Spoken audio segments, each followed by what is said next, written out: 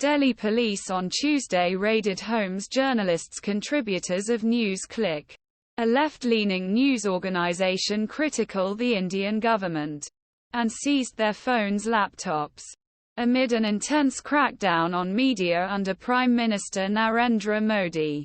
Right Indian authorities have accused NewsClick of financial impropriety for years and have stepped up scrutiny of the organization in recent weeks, alleging it received funding from China, a geopolitical rival.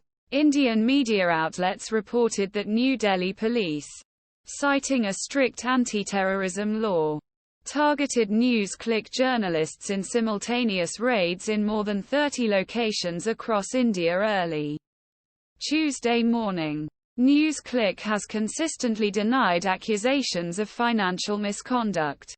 Advocates have criticized the persistent government scrutiny he has faced on the grounds that it is motivated, at least in part, by a desire to stifle critical voice. Investigators not only questioned NewsClick journalists on Tuesday, but also cast a wider net, targeting a long list of the publication's former employees, freelancers and even friends of the staff.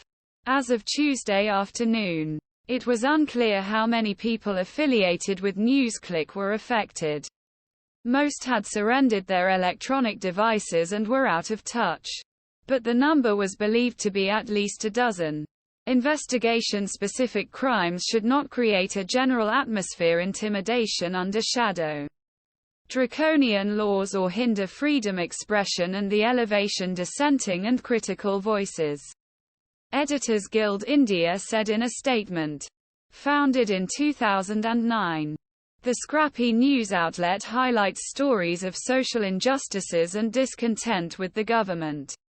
Most of its content consists of video commentary posted in English and Hindi on YouTube and other social media platforms. Tuesday's raids are the latest action against journalists in India, where press freedom has narrowed dramatically.